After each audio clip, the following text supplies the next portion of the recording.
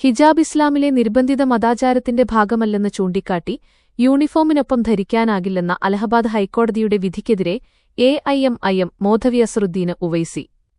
കോടതി വിധി ഇസ്ലാമിന് നേരെയുള്ള ആക്രമണമാണെന്ന് പറഞ്ഞ ഉവൈസി, ഇസ്ലാമില് ഏതാണ് ആവശ്യമായ ആചാരം, ഏതാണ് അല്ലാത്തത് എന്ന് തീരുമാനിക്കേണ്ടത് ജഡ്ജിമാരല്ലെന്നും പറഞ്ഞു. ഇത് ഞങ്ങളുടെ മതമാണ്, ഇതില് ഏതാണ് ആവശ്യമെന്ന് ഞങ്ങള് തീരുമാനിക്കും. അത് തീരുമാനിക്കാന് ജഡ്ജിമാരാരാണ്?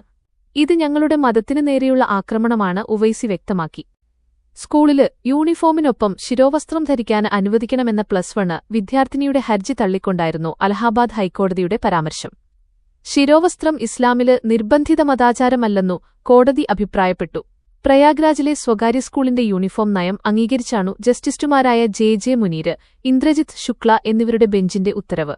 ഒരു വിദ്യാഭ്യാസ സ്ഥാപനം നിഷ്കർഷിച്ചിട്ടുള്ള ഡ്രസ് കോഡ് യൂണിഫോം വ്യക്തിപരമായ താൽപര്യങ്ങൾക്കനുസരിച്ച് മാറ്റാന് ഒരു വിദ്യാർത്ഥിക്കും അവകാശമില്ലെന്നു കോടതി വ്യക്തമാക്കി. വിദ്യാർത്ഥിയുടെ ഹർജിക്കെതിരെ യുപി സർക്കാരും സിബിഎസ്ഇയും കക്ഷി ചേർന്നിരുന്നു.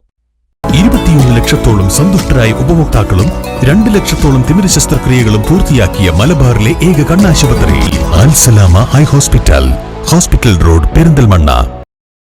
ശബരിമലയിലെ മതപരമായ ആചാരങ്ങളെക്കുറിച്ചുള്ള വിഷയം സുപ്രീംകോടതിയുടെ പരിഗണനയിലാണെന്നും ഉവൈസി ചൂണ്ടിക്കാട്ടി. ശബരിമല വിഷയം സുപ്രീംകോടതി പരിഗണിച്ചുകൊണ്ടിരിക്കുമ്പോൾ അലഹബാദിലെ ജഡ്ജിമാര് ഇങ്ങനെയൊരു കാര്യത്തില് വിധി പറയരുതായിരുന്നെന്നും അദ്ദേഹം പറഞ്ഞു. അലഹാബാദ് ഹൈക്കോടതി ഉത്തരവ് ഭരണഘടനയുടെ 19-25 അനുച്ഛേദങ്ങൾക്ക് വിരുദ്ധമാണെന്നും ഉവൈസി കൂട്ടിച്ചേർത്തു. ആ പെൺകുട്ടി ഹിജാബ് ധരിക്കുന്നത് അവളുടെ തലയിലാണ്, ചിന്തകളിലല്ല. ഈ വിധി പെൺകുട്ടികളുടെ വിദ്യാഭ്യാസത്തെ തടസ്സപ്പെടുത്തും. ഉത്തർപ്രദേശിലെ സെക്കൻഡറി സ്കൂളുകളില് മുസ്ലിം പെൺകുട്ടികളുടെ പ്രവേശനം ഏറ്റവും കുറവാണ്. മുസ്ലിം പെൺകുട്ടികളുടെ വിദ്യാഭ്യാസം തടയാനാണ് അവർ ആഗ്രഹിക്കുന്നത്, ഉവൈസി കൂട്ടിച്ചേർത്തു.